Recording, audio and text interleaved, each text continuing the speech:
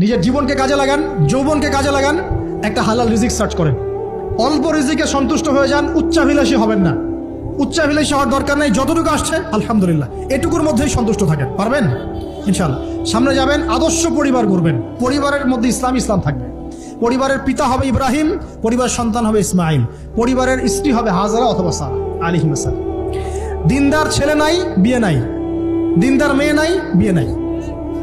ওই যেটা আপনি মনে করছেন রূপ সৌন্দর্য হাবি যাবে, কিচ্ছু থাকবে না ভাই, কিচ্ছু থাকবে না। 1 বছর 2 বছর পরে সব শেষ।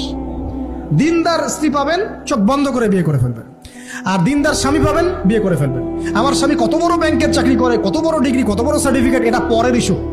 আগের ইস্যু হচ্ছে আমার স্বামী নামাজ পড়ে কিনা, এই লোক আমার স্বামী হতে যাচ্ছে, এর দাঁড়িয়ে আছে কিনা, ইসলাম পালন করে কিনা, ইসলামের প্রতি ভালো ধারণা আছে কিনা, সে আমাকে পর্দায় রাখবে কিনা, এগুলো বড় জিনিস।